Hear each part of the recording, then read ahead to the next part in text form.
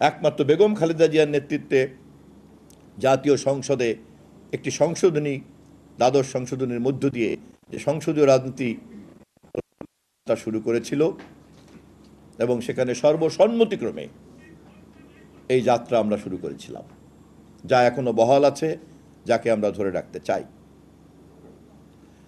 এবং বহুদলীয় রাজনীতি, গণতান্ত্রিক রাজনীতি, সংসদীয় রাজনীতির মধ্যে যে বহু মত, বহু চিন্তার শান্তিপূর্ণ সহ অবস্থান এবং গণতান্ত্রিক সুস্থ প্রতিযোগিতা, এই সবটা মিলিয়ে একটি গণতান্ত্রিক সংস্কৃতি। কিন্তু দুর্ভাগ্যজনক হলো সত্ত্বেও আজও গণতান্ত্রিক সংস্কৃতির এই মূল্যবোধের বোঝার ঘাটতি রয়ে গিয়েছে। সংসদীয় রাজনীতি চর্চা করতে গিয়েও যখন কোনো মহল তার মাত্রা অতিক্রম করে নিয়মতান্ত্রিক তর্ক বিতর্ককে মব কালচারে পরিণত করতে চান, তখনই জাতি সতর্ক হয়ে যায় আবারও অন্য কোনো ধরনের মনোজগৎ ফিরে আসছে কিনা। রেইনবো অলরাউন্ডার এক্সটেরিয়র পে বাড়ির বাহিরের দেয়ালের সুরক্ষা নিয়ে থাকুন নিশ্চিন্ত, সাথে পাচ্ছেন 10 বছরের ওয়ারেন্টি। জাদু ভাইয়ের 47তম মৃত্যুবার্ষিকীতে আমি সংশ্লিষ্ট সকল মহলকেই সজাগ থাকার আহ্বান জানাই, সতর্ক থাকার আহ্বান জানাই।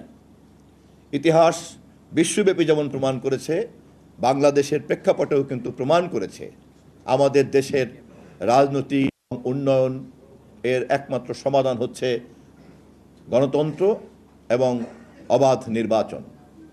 এর বাইরে যতবারই গতিমুখকে কারা পরিবর্তন করে, ততবারই জাতীয় সংকট তৈরি হয়েছে।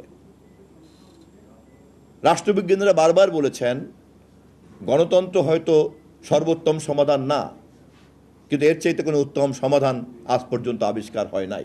বাংলাদেশের বর্তমান সরকার এবং ত্রয়োদশ জাতীয় সংসদ নির্বাচন তারেক রহমানের নেতৃত্বে যে নতুন যাত্রা শুরু করেছে, সেখানে আমরা যদি গণতান্ত্রিক এই মূল্যবোধকে এবং বাংলাদেশি পরিচয়, অন্য কোনো পরিচয় নয়, তাকে যদি আমরা আঁকড়ে ধরতে পারি এবং ধর্মীয় মূল্যবোধের সীমানাকে আমরা যদি ধর্ম ব্যবসায়ীদের হাত থেকে রক্ষা করতে পারি,